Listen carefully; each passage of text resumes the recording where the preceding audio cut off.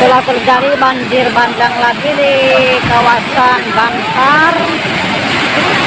Air sudah meluap naik ke sawah sampai 10 cm lagi dari arah jembatan air.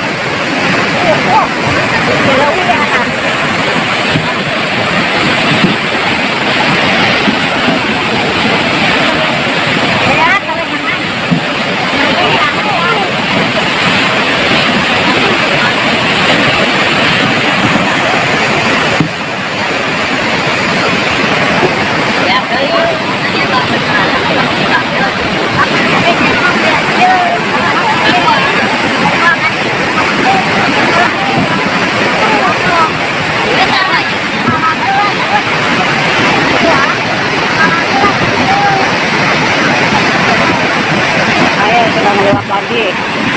Hati-hati yang punya rumah di pinggiran sungai, diharap dikosongkan karena tidak mengizinkan kondisi saat ini air semakin membesar.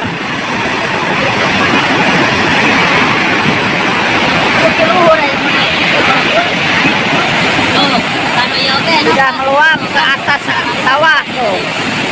Kebun naik ke atas sawah, airnya luap.